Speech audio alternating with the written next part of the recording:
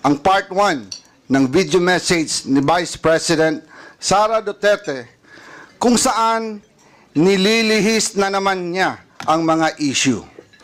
Talaga pong tatak Duterte na yata ang pambubudol. Mula sa peking war on drugs, peking good governance, peking pagkontra sa korupsyon, at ngayon, peking sagot sa mga issue. Una, simpleng tao lang daw siya, pero mahigit 400 bodyguards. Siya lang po ang kaisa-isang Vice President sa kasaysayan ng Pilipinas na may ganun kadaming security. May sarili pang Vice Presidential Security Group. Nag-iisa nga siyang humarap sa pagdinig ng Committee on Appropriations, pero sangkaterba naman ang bodyguard sa labas ng conference room. Humiling pa ng pagkain para sa 100 gwardiya na dala-dala niya at hindi naman kinain.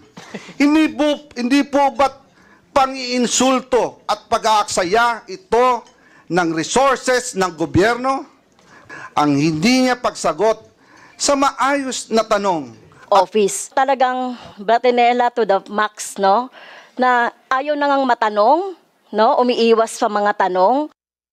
At lalo pa, ang hindi niya pagdalo sa hearing ngayon ay nagpapakita na kawalang respeto at paggalang sa mga kinatawan ng taong bayan.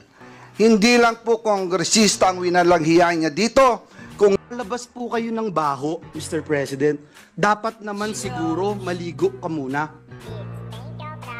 Ang masaklap po, Ginoong Pangulo, sa kabila po ng track record na ito ni Mr. Saldico, ang masaklap po, inappoint po siya ng Kamara de Representantes bilang tagapagbantay ng kaban ng bayan.